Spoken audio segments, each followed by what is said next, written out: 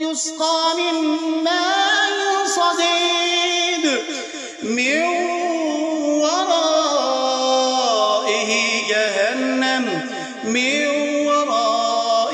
جهنم ويسقى من ماء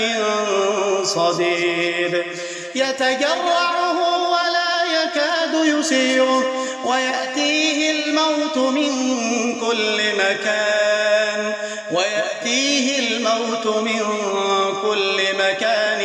وما هو بميت ومن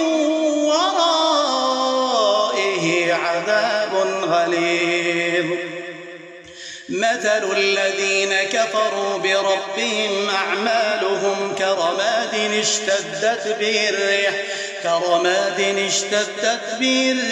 في يوم عاصف